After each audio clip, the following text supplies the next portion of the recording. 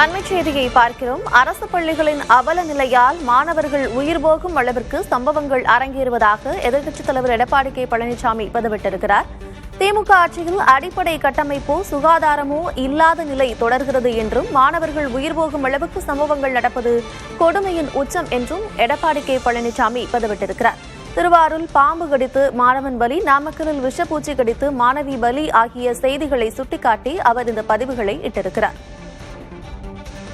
விவரங்களோடு இணைந்திருக்கிறார் செய்தியாளர் ஸ்டாலின். ஸ்டாலின், என்னென்ன விஷயங்கள் எல்லாம் குறிப்பிட்டு எடப்பாடி கே பழனிசாமி பதிவிட்டிருக்கிறார்? விவரம்.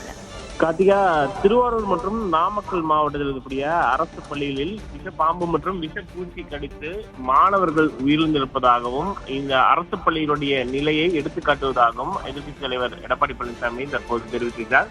திருவாரூர் மாவட்டம் வலங்கைமானில் பள்ளி வளாகத்தில் புகுந்த விஷப்பாம்பு கடித்ததில் மாணவன் சிகிச்சை பலனின்றி உயிரிழந்ததாகவும், நாமக்கல் மாவட்டம் குமாரமங்கலத்தில் அரசு பள்ளியில் விஷப்பூச்சி கடித்து 3ஆம் வகுப்பு மாணவி உயிரிழந்ததாகவும் செய்திகள் அதிர்ச்சி அளிப்பதாக எடப்பாடி பழனிசாமி தெரிவித்துள்ளார்.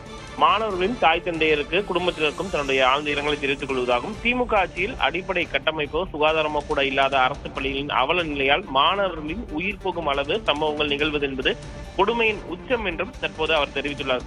மேற்கூரை இடிந்து விழுந்து விடுமோ அல்லது சுவர் தன் மீது விழுந்து விடுமோ என்ற பதற்றத்துடனேயே போன்ற அச்சங்களுடனே மாணவர்கள் அரசு பள்ளிகளுக்கு செல்ல வேண்டி இருக்கக்கூடிய ஒரு நிலை இருப்பதாகவும், இதற்கு நடுவே கள்ளக்குறிச்சி ரிஷிவந்தியம் அருகே கீழ்தேனூர் அரசு பள்ளியில் உயர்நிலை நீர்த்தேக்க தொட்டியை மாணவர்கள் வைத்து சுத்தம் செய்ததாக வருகின்ற செய்தி மேலும் அதிர்ச்சி அளிப்பதாகவும், இதற்கு கூட ஆட்கள் நியமிக்க வக்கற்ற நிலையில்தான் பள்ளிக்கல்வித்துறை இருப்பதாகவும் எடப்பாடி பழனிசாமி குற்றச்சாட்டை தெரிவித்துள்ளார். மேலும் அரசு பள்ளி மாணவர்கள் படிக்க வருகிறார்களா அல்லது உங்களுக்கு வேலை செய்ய வருகிறார்களா என்ற ஒரு கேள்வியும் தற்போது எழுப்பியிருக்கக்கூடிய எடப்பாடி பழனிசாமி, மாணவர்களின் பாதுகாப்பை காம்ப்ரமைஸ் செய்து இப்படிப்பட்ட ஆபத்தான பணிகளில் ஈடுபடுத்துவது குற்றம் என்பதை இந்த விடியா திமுக அரசு உணர வேண்டும் என்றும் தற்போது எடப்பாடி பழனிசாமி தெரிவித்திருக்கிறார். சத்யா, விவரங்களை வழங்கியமைக்க நன்றி ஸ்டாலின்.